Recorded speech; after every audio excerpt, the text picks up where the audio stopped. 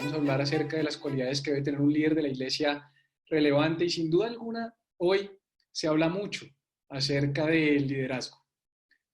Creo que la idea del liderazgo ha llegado a ser una idea glamurosa, ha llegado a ser una idea apetecible, deseable, y yo creo que la razón por la que muchos desean y anhelan el liderazgo es porque en parte no entienden realmente de qué se trata liderar. ¿Qué es eso de liderar? ¿Cuál es el fundamento del liderazgo? ¿Cuál es el fundamento de un buen líder? ¿Cuáles deben ser esas cualidades y de qué se trata?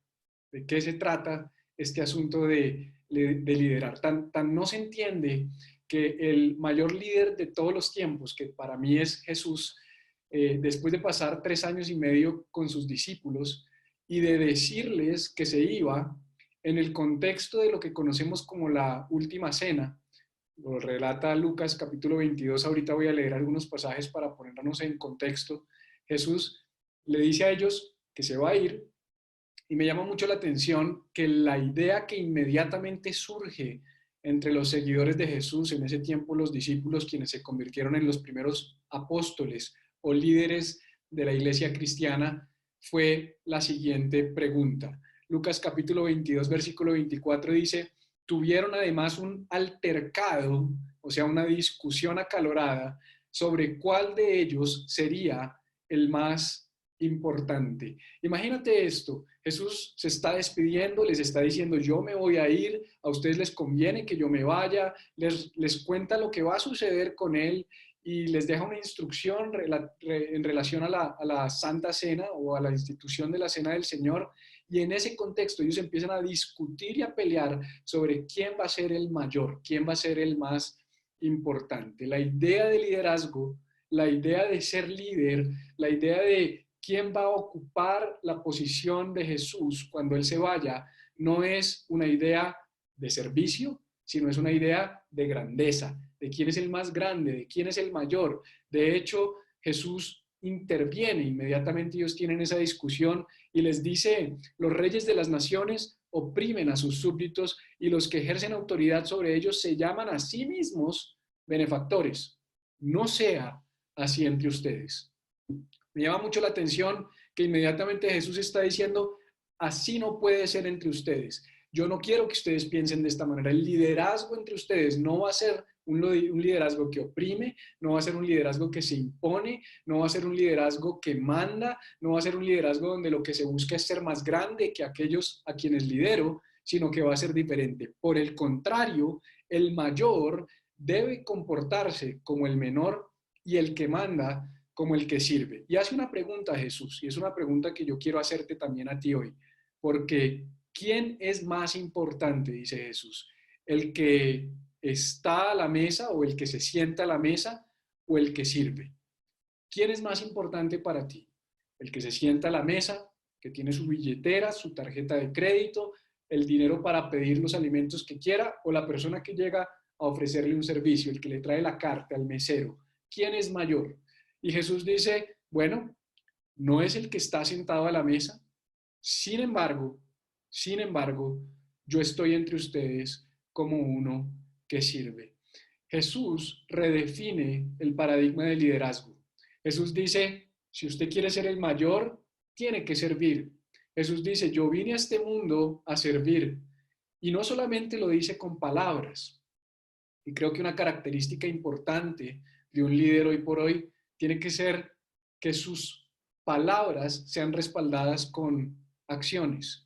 Inmediatamente Jesús plantea el nuevo paradigma y dice: no va a ser así entre ustedes, sino que yo estoy con ustedes como el que sirve. Dice la Biblia en Juan capítulo 13, que es sinóptico con este pasaje, es decir, es un paralelo con este pasaje. Lo que dice Juan capítulo 13 es que Jesús se ciñó una toalla en la cintura, se despojó el manto que tenía, lo pone, ese manto de autoridad, lo pone sobre la mesa y se ciñe una toalla en la cintura y empieza a lavar los pies de sus discípulos.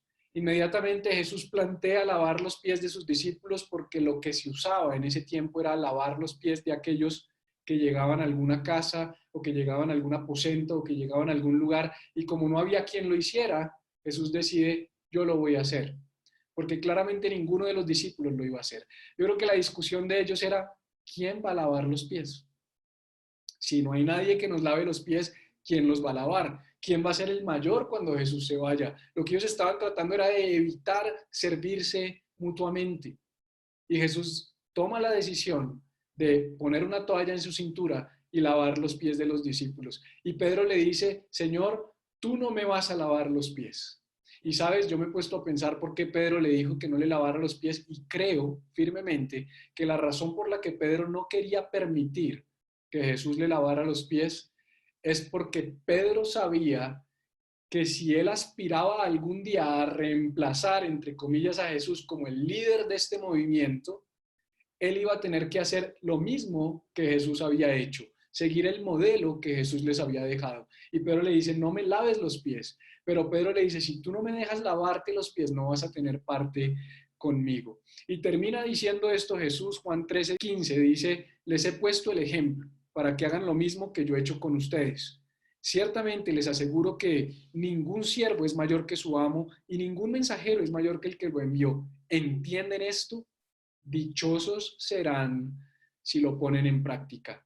Felices serán si lo ponen en práctica. Jesús nos dice, no solamente basta con que lo entiendas, necesitas ponerlo en práctica. Y a partir de este modelo que nos deja Jesús, que para mí es el mejor líder de la historia, yo quisiera hablar de 5 cualidades que hacen de un líder alguien relevante. 5 cualidades que debe tener todo líder y que deberíamos procurar tener tú y yo para parecernos más a Jesús. Pero antes de entrar en esas 5 cualidades, me hacen eco las palabras de Jesús, quien en Marcos 10:45 dijo, el Hijo del Hombre no vino para que le sirvan, sino vino para servir.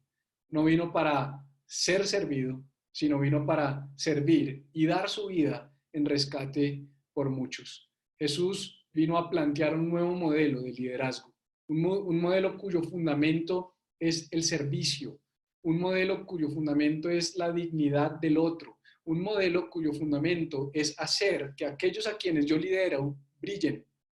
En este mundo, típicamente el liderazgo se ha encargado de hacer que quienes me siguen sean opacados con mi luz. En este mundo el liderazgo se ha tratado de estar arriba y la gente abajo. Lo que hace glamurosa la idea del liderazgo muchas veces es que si yo soy líder, voy a tener quien haga las cosas por mí. Si yo soy líder, voy a tener a quien mandar. Si yo soy líder, voy a tener a quien decirle qué hacer. Pero ser líder no es otra cosa que tener a quien lavarle los pies. Lavarle los pies por el barro y la suciedad que se pega en el caminar de la vida. Ser líder es ayudar a otros a limpiar sus cicatrices y sus marcas como consecuencia de su camino por esta vida. Hablemos de estas 5 cualidades. La primera es la humildad. Creo que todo líder relevante o todo aquel que aspire a ser líder tiene que estar fundamentado sobre la humildad. Ese debe ser el fundamento sobre el cual construimos y edificamos nuestro liderazgo.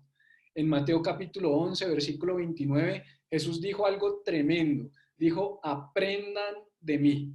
Y yo pienso que lo que podría continuar si yo te pongo un Jesús dijo, aprendan de mí, puntos suspensivos o raya en el piso, para que tú completes la frase, uno diría, ¿qué puedo aprender de Jesús? Aprendan de mí que soy todopoderoso, aprendan de mí que soy un gran predicador, aprendan de mí que soy un líder con mucho carácter y mucho carisma, aprendan de mí que las multitudes me siguen, aprendan de mí que puedo resucitar muertos y puedo sanar enfermos. No. Jesús no dijo que aprendiéramos de él ninguna de estas cosas. Él dice, y no lo dice en muchos otros lugares de las Escrituras en esta ocasión y en este contexto, aprendan de mí que soy manso y humilde de corazón. Qué poderosa idea, la de Jesús, quien tiene tantas virtudes y tantas cualidades, en lugar de invitarnos a aprender de él sus capacidades, su poder, su nivel, su capacidad de predicar, dice, aprende de mí algo que tiene que ver con el corazón. Soy manso y humilde. El apóstol Pablo, en un contexto diferente, pero quizás teniendo en mente estas palabras de Jesús, quien dijo, aprendan de mí la mansedumbre y la humildad, dijo, haya en ustedes la misma actitud, el mismo sentir que hubo también en Cristo Jesús. Filipenses capítulo 2, versículos 5 en adelante.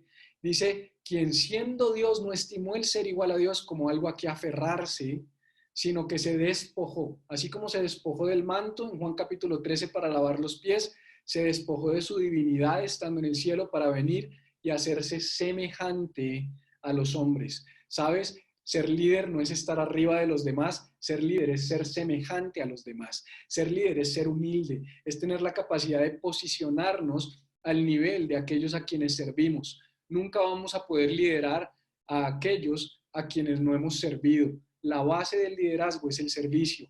El fundamento sobre el cual descansa el liderazgo, no solo el cristiano, sino el liderazgo en la vida, es la capacidad de servir a los demás.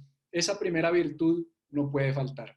Esa primera virtud es esencial, es necesaria, es fundamental, debe ser parte de nuestra vida, debe ser parte de nuestra realidad. No es una falsa humildad. Jesús habla de una mansedumbre. La mansedumbre es un fruto del Espíritu, manso y humilde. Tiene que ver con una relación con Dios que da la virtud de la mansedumbre y de la humildad para que podamos servir a otros como Jesús. No solamente la humildad, sino el segundo atributo, la segunda cualidad sería la vulnerabilidad. Creo que un líder de hoy, un líder relevante, debe ser un líder vulnerable. En estos días tuve una conversación en un live también con algunos amigos y me preguntaban qué significaba ser relevante para las nuevas generaciones. Y sabes, la relevancia no está en los tatuajes, la relevancia no está en el estilo, la relevancia no está en los colores, la relevancia no está en la música. Todo eso es importante. Todo eso hace parte de conectar con las nuevas generaciones. Pero lo que verdaderamente es relevante para las nuevas generaciones es ver líderes vulnerables, reales y genuinos, personas de carne y hueso, personas que se pueden seguir, personas que se equivocan, personas que tienen luchas y desafíos. No esos líderes idealizados que están allá arriba y que parecen inalcanzables, que parecen perfectos, que tienen vidas ideales, que no tienen problemas, que no tienen dificultades, que no pecan, que no se equivocan, que no tienen malos pensamientos. Ese no es el líder que las nuevas generaciones están buscando seguir. El líder que las nuevas generaciones están buscando seguir es un líder genuino, es un líder real, es un líder transparente. Y me llama mucho la atención un pasaje que sigue un poquito más adelante del pasaje que acabamos de leer, donde dice la Biblia que Jesús compartió esta última cena con sus discípulos, y es en el huerto de Getsemaní. En ese huerto, dice Mateo capítulo 26, versículos 36 en adelante, tú lo puedes leer en tu casa, pero hay un contexto o hay una frase que me llama mucho la atención. Una frase en la que Jesús llama a 3 de sus 11 discípulos y los pone a un lado y les dice algo poderoso, les dice algo tremendo, les dice algo que me revela el corazón de Jesús. Les dice, mi alma está triste hasta la muerte. Otra versión dice, me siento morir, siento que me muero. ¿Qué está haciendo Jesús? Siendo vulnerable. Le está dejando ver sus sentimientos, le está dejando ver sus emociones y le está dejando ver su corazón a aquellos a quienes él lidera. Está rompiendo un paradigma y es el paradigma de que tú no puedes mostrarte imperfecto, tú no puedes mostrarte débil ante aquellos a quienes lideras. Yo por años, en los diferentes ejercicios, tanto ministeriales como organizacionales, me he encontrado con líderes que no permiten ver su debilidad, que no permiten que tú veas su humanidad, que no permiten que tú veas que ellos tienen dificultades, pruebas, luchas y desafíos. Es un falso paradigma que dice que si tú te muestras vulnerable ante aquellos a quienes lideras, vas a perder autoridad, vas a perder poder, vas a perder influencia, vas a perder estatus. Pero la realidad es que lo único que se logra cuando como líderes nos mostramos tal y como somos, nos mostramos genuinos, reales y vulnerables, es acercarnos al corazón de aquellas personas, es llegar al corazón de aquellas personas y eso hace que ellos también abran su corazón y se gesten relaciones reales y profundas que potencian los equipos, porque no hay nada mejor que un equipo donde las relaciones son reales, son genuinas y no están fundamentadas sobre máscaras de hipocresía. Si Jesús pudo mostrarle sus emociones, sus sentimientos, sus dificultades, sus luchas a sus discípulos con una frase tan contundente y tan poderosa como tengo una sensación que me lleva a morirme, que me lleva a sentir que me muero, cuánto más nosotros deberíamos como líderes proyectarnos, presentarnos y ser reales, genuinos y vulnerables ante aquellos a quienes lideramos. No solamente la humildad y la vulnerabilidad, sino que tengo un término que es coherencia, una virtud que es la coherencia, o si quieres verlo como integridad, también puedes verlo como integridad, porque sabes, integridad no es perfección, integridad es ser transparente, integridad es que se pueda ver a través tuyo, es que seas consistente, es que lo que dices que haces es lo que verdaderamente haces, y debería haber una consistencia y una coherencia en el liderazgo entre las palabras y las acciones, una consistencia entre lo que digo y lo que hago. Me llama la atención que cuando Pablo invita al evangelismo en Romanos capítulo 10, versículo 15, cuando él dice, nadie va a poder invocar si antes no cree y no va a poder creer si no oye y no va a oír si nadie les predica, esa palabra predica es una palabra griega que traduce heraldo, que es un mensajero, pero más que un mensajero es un periódico viviente, si quieres verlo de esa manera. Ese es el mejor término para traducir ese concepto que utiliza Pablo para hablar de la predicación. Un periódico viviente. Lo que está diciendo Pablo es la forma como la gente va a creer en Jesús, la forma como la gente va a recibir el mensaje de la paz, es si aquellos que anuncian con sus labios lo respaldan con sus acciones. Un periódico viviente, anuncio, pero lo vivo. Por eso dice en el versículo 15 de Romanos 10 que hermosos son los pies de los que anuncian la paz. ¿Te has puesto a pensar por qué dice la Biblia que los pies de los que anuncian son hermosos si típicamente anunciamos con nuestros labios, anunciamos con nuestras palabras? Pues la razón es precisamente porque aquello que es hermoso del que anuncia el Evangelio es la consistencia que hay entre sus palabras y su caminar, sus pies, su camino, su estilo de vida. Seamos consistentes, seamos coherentes. Vamos a ser mucho mejores líderes cuando nuestras palabras y nuestras acciones y nuestras pisadas estén alineadas, cuando la brecha que hay entre lo que decimos y lo que hacemos se reduzca al máximo. Me gusta mucho el pasaje de Mateo capítulo 5, versículo 37, donde Jesús dice, pero sea vuestro hablar sí, sí, no, no, porque lo que es más de esto, de mal procede. Jesús está diciendo que lo que digas se cumpla. Si dices sí, que sea sí. Si dices no, que sea no. No podemos ser líderes que no tienen palabra, que respaldan su palabra con acciones. No solamente la humildad, la vulnerabilidad y la coherencia o la integridad, sino un líder debe ser una persona equilibrada, balanceada. Ahora, te voy a hablar de un balance y de un equilibrio diferente al que quizás tienes en mente cuando te hablo de equilibrio y balance. No te estoy hablando de prioridades, no te estoy hablando que todas las cosas estén bien puestas en su vida. Eso es importante, pero esa no está dentro de las 5 virtudes que yo escogí. La cuarta de las 5 virtudes es un equilibrio, un balance entre lo que yo llamo el fruto y los dones del Espíritu Santo. Ahora, no lo metas solamente en el contexto de la iglesia, fruto y dones del Espíritu Santo, sino piensa en las capacidades y las habilidades y el carácter de la persona. En términos generales, cuando pensamos en liderazgo, tendemos, o hay una tendencia en nosotros, a admirar las virtudes externas, las cualidades externas, las capacidades, los talentos de los líderes. En el cristianismo admiramos mucho a los líderes cristianos por su predicación. Admiramos mucho a los líderes cristianos por su capacidad de escribir un libro. Los admiramos por su capacidad de hacer milagros. Admiramos al profeta porque tiene el don de profecía. Admiramos al que tiene el don de ciencia. Admiramos al que sana enfermos. Y empezamos a admirar esas manifestaciones externas en el liderazgo. Pero dejamos de lado algo que yo creo que es muy importante.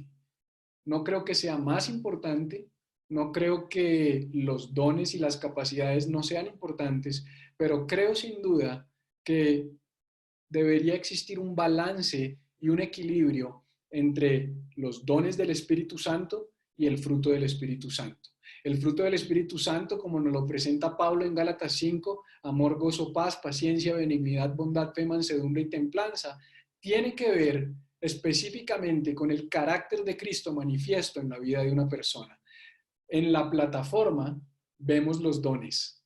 En la vida real, en la casa, en el caminar, en el discipulado, vemos el carácter. Por eso nuestras iglesias tienen que ser iglesias discipulares, donde las relaciones de discipulado sean la prioridad, porque tener iglesias con sillas llenas por una tarima de personas muy dotadas y muy capacitadas no necesariamente refleja, revela y reproduce el carácter de Cristo en la vida de esos creyentes. El carácter de Cristo se reproduce cuando el líder es una persona equilibrada, tiene los dones del Espíritu Santo, que está fantástico tenerlos. De hecho, el apóstol Pablo en 1 Corintios capítulo 12 dijo, procuren tenerlos todos. Y la razón por la que Pablo dijo procuren tenerlos todos es porque los dones no son para la propia edificación, sino son para la edificación del cuerpo de Cristo, de la iglesia.